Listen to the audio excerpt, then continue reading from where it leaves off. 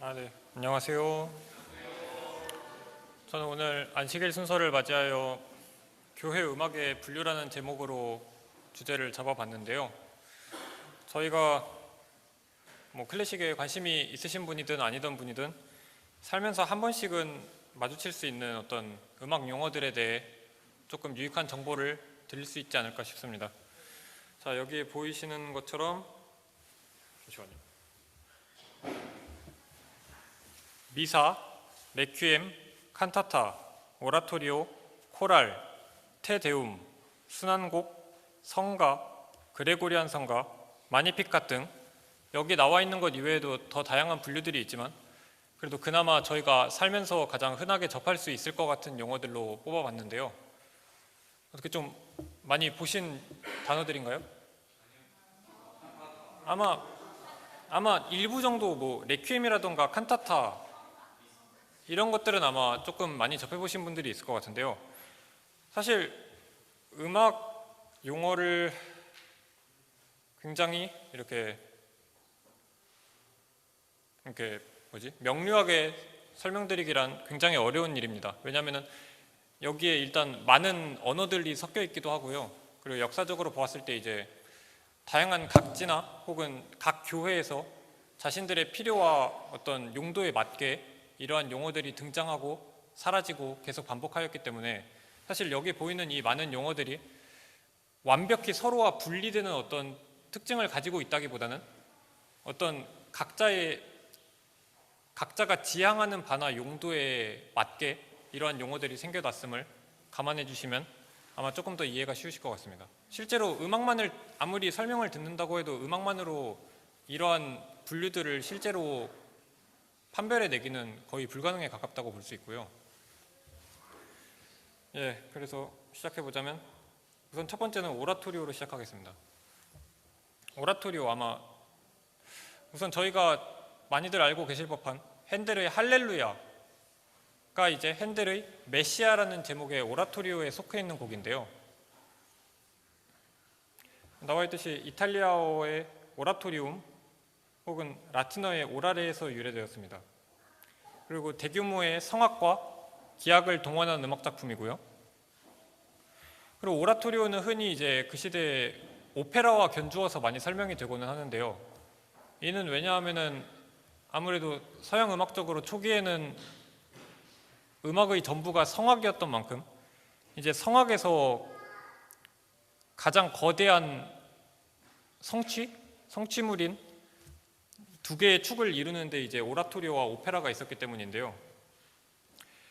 오라토리오와 오페라는 둘 다 아주 초기에는 종교적인 목적에서 시작이 되었지만 나중에 점차 역사가 지나면서는 이제 세속적인 주제를 가지는 오라토리오나 오페라도 많이 등장을 하게 됩니다. 특히 일례로 이제 오페라의 경우에는 저희가 아는 대부분의 오페라는 사실 세속적인 주제를 취하는 오페라들이 많은데요. 예를 들면 푸치니의 라보엠이라던가 모차르트의 마술피리라던가 모두 종교와는 크게 관련이 없는 주제를 가진 오페라들입니다. 하지만 처음에는 이제 오라토리오와 오페라 모두 종교적인 주제를 가지고 시작이 됐고요.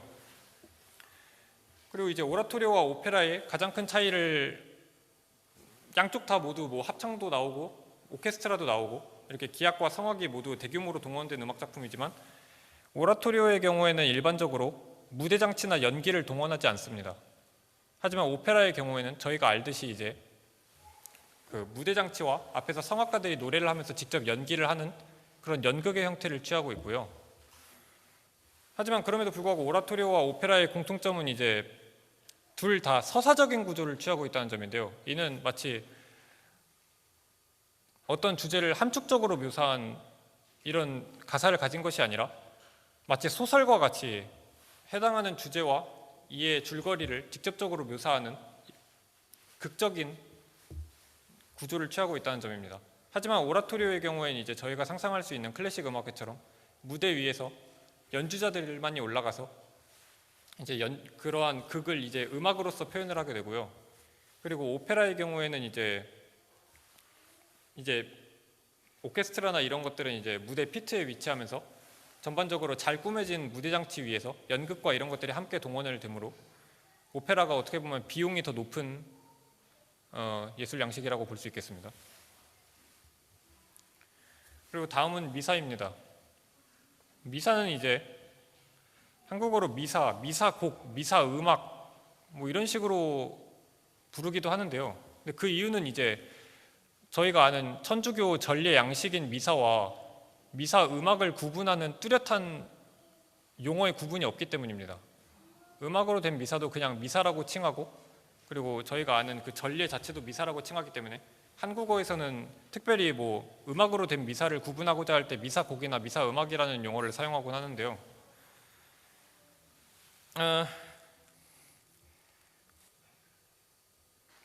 미사는 가톨릭 교회의 예배의식, 미사를 따르는 전례 음악으로 실제 전례에서 사용됐다는 것이 그 특징입니다.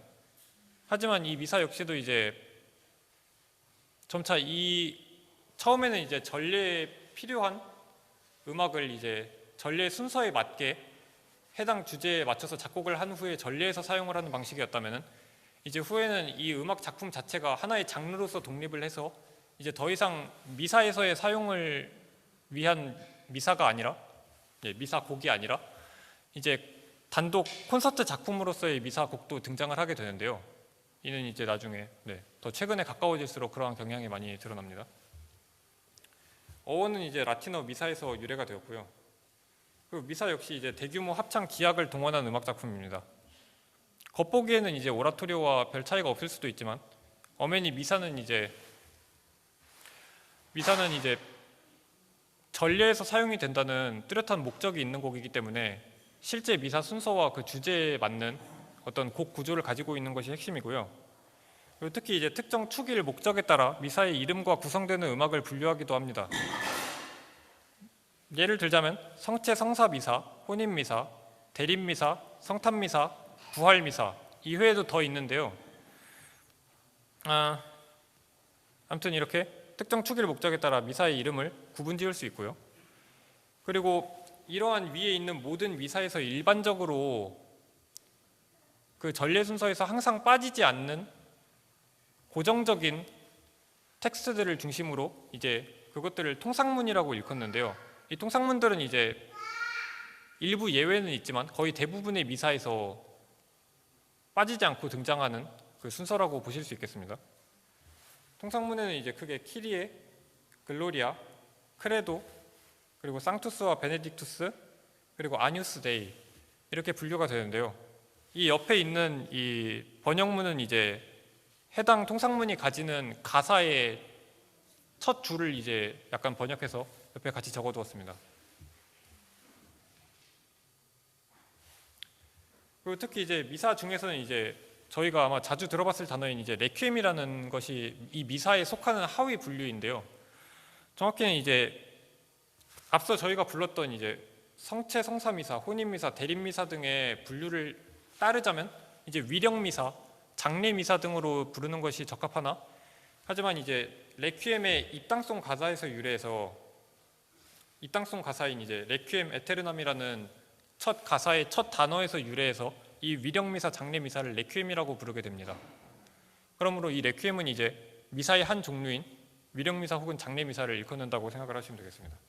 그리고 이제 레퀴엠의 특징은 앞서 말했던 5개의 통상문 중에서 글로리아와 크레도 대신 다양한 부속가를 사용하게 되는데요. 저희에게 뭐 가장 익숙할 만한 것으로는 이제 DS1회 정도가 있겠습니다.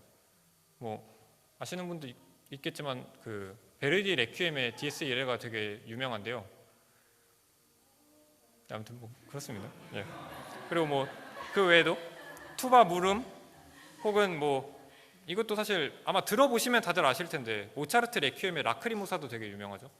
아무튼 이런 것들이 이제 그 해당 구성에서 이제 부속가, 레퀴엠에서만 등장하는 부속가라고 하실 수 있겠습니다. 예, 대표작으로는 이제 바흐의 비단조, D가 아니라 B입니다. 비단조 미사, 모차르트 레퀴엠, 베르디 레퀴엠, 혹은 또 베토벤, 슈베르트, 리스트, 베를리오즈 이런 다양한 유명한 클래식 작곡가들이 모두 미사를 하나씩은 남겼습니다. 그리고 이제 칸타타입니다.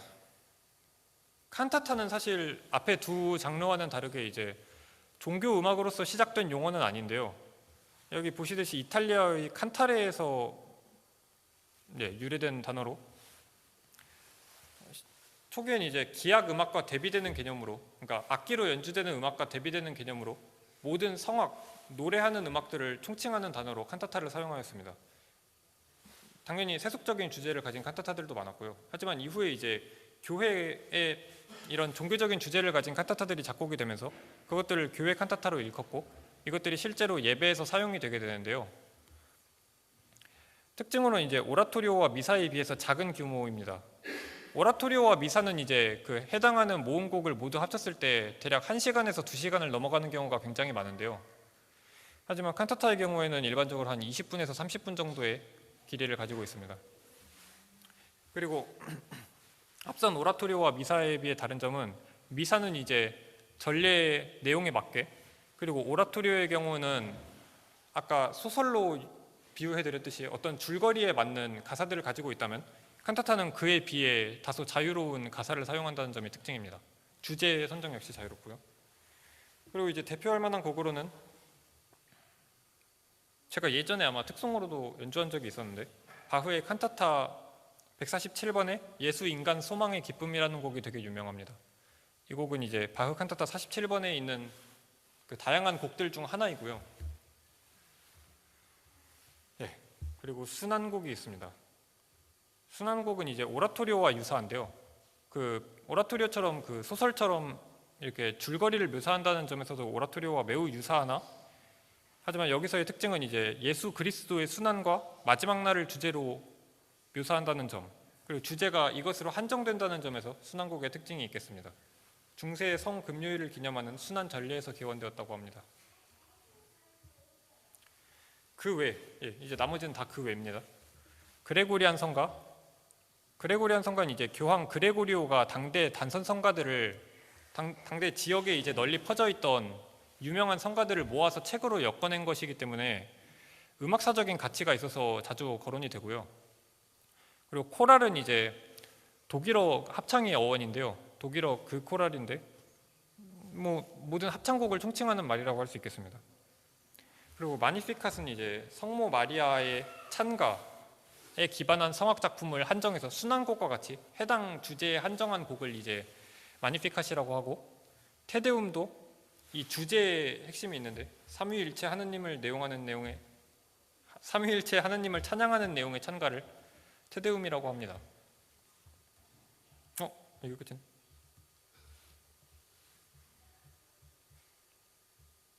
네, 이거 PPT가 하나 더 있는데, 그래서 저희가 오늘 이것을 통해 중요하게 기억해 둘 만한 점이라면 이제 아무래도 이 세 가지 장르인데요. 미사, 칸타타, 오라토리오, 나머지는 사실 다 어떻게 보면 약간 주변 장르 같은 느낌이 좀 있고요. 하지만 미사, 칸타타, 오라토리오는 이제 명실공히 이제 종교음악의 역사를 대표하는 어떤 세 가지의 장르라고 할 수 있는데요. 언뜻 보면 이제 아까 말씀드렸듯이 모두 오케스트라가 올라가고 성악가들도 올라가고 합창단도 올라가서 노래를 하기 때문에 세 가지가 구분이 힘들지만, 여기서 중요한 차이점은 이제 미사의 경우에는 아까 얘기했듯이 전례음악에서 유래가 되었고 실제로 아직까지도 그 모음곡들의 구성에 있어서 그 전례의 순서와 거기에 있는 엄격한 텍스트를 따르기 때문에 어떻게 보면 현대까지도 종교음악으로서의 정체성을 가장 잘 유지하고 있는 음악이라고 할 수가 있겠고요. 그리고 오라토리오의 경우에는 아까 얘기했듯이 오페라에서 연극을 뺀 버전이라고 생각하시면 되겠습니다. 모두가, 그러니까 음악가들이 이제 무대 위에 올라가서 음악을 연주하지만 그 내용은 오페라처럼 극에 기반을 두고 있고요. 어떤 줄거리를 저희에게 설명해 주는 경향이 강하고요. 그리고 칸타타는 이제 이 둘보다 훨씬 자유롭고 더 작은 그런 형식이라고 생각을 할 수가 있겠습니다. 하지만 사실 이러한 용어들은 이제 저희가 알고 있어도 실제로 적용하기 힘든 부분이 많은데요. 왜냐하면 예를 들어 아까 얘기했던 핸델의 이제 할렐루야와 같이 핸델의 메시아의 예를 들어 이것은 오라토리오지만 누군가가 공연을 기획할 때 여기다가 연극이나 이런 부가 장치들을 덧붙여서 한다면은 이거는 정의상으로 봤을 때는 어쨌든 오페라에 속하겠지만 어쨌든 핸델은 이것을 오라토리오로 작곡을 했죠. 그러면은 이제 거기에 프로그램 노트에는 당연히 오라토리오라고 소개가 되어 있을 거고요. 하지만 그렇다고 해서 뭐 오라토리오이기 때문에 이거는 연극을 하면 안 된다, 덧붙이면 안 된다 이러한 룰은 없기 때문에, 그리고 심지어는 뭐 예를 들어 누군가가 자기가 곡을 쓴 다음에 제목을 칸타타적 오라토리오 미사 이런 쪽으로 붙여도, 물론 이것을 저희가 이제 학문적으로 어디에 속할지에 대해 논의를 해볼 수는 있겠지만, 실제로 작곡가들이 이러한 곡의 제목을 붙이는 건 어디까지나 작곡가의 자유이기 때문에 사실 저희가 이것을 알고 있어도 뭐 곡을 들으면서 그것을 판별하기는 쉽지 않습니다. 하지만 다만 저희가 앞으로 어디선가 이렇게 프로그램 노트나 이런 데서 이러한 용어들을 봤을 때 그래도 이건 대충 뭐겠구나 이렇게 추측할 수 있는 정도로는 도움이 될 수 있을 것 같습니다. 뭐 예를 들어 누군가가 와서 이제 저기 미사라는 거 있던데 너도 한번 같이 보러 갈래? 그럼 이제 야 그거 2시간이야 하면서 이제 말리는 거죠. 이런 용도로 사용을 할 수 있겠습니다. 특히 그리고 일상생활에서 자주 사용되는 이 레퀴엠이라는 단어도 미사의 한 하위 분류라는 점. 네, 그래서 제가 준비한 PPT는 여기까지고요. 그리고 마지막으로 이제 음악을 하나 같이 들으면서 마무리를 하고자 합니다. 제가 준비한 음악은 이제 레오 야나첵이라는 체코 작곡가의 글라골라틱 미사곡인데요. 그 중에 이제 여기서 보셨던 바와 같이 상투스를 준비했습니다. 야나첵은 이제 체코의 드보르작과 함께, 아마 신세계 교향곡 등으로 들어보셨을 법한 드보르작과 함께 체코의 국민 작곡가 중 한 명인데요. 물론 드보르작만큼 유명하진 않습니다. 하지만 어쨌든 동유럽 특유의 어떤 그런 뭐라고 할까요? 원시적 혹은 뭐 전통음악적인 그런 풍미가 이제 미사에 잘 녹아든 그런 어떤 한 가지 케이스라고 할 수 있겠습니다.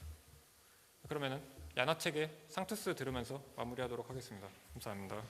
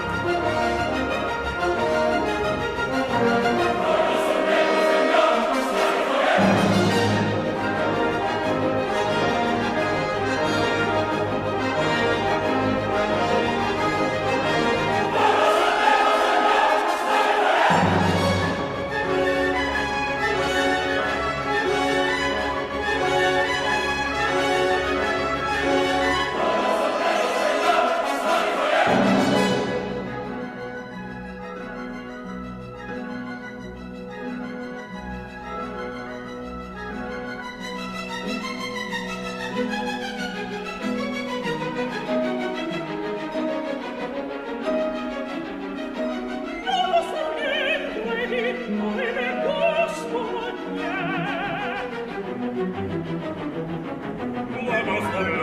ready,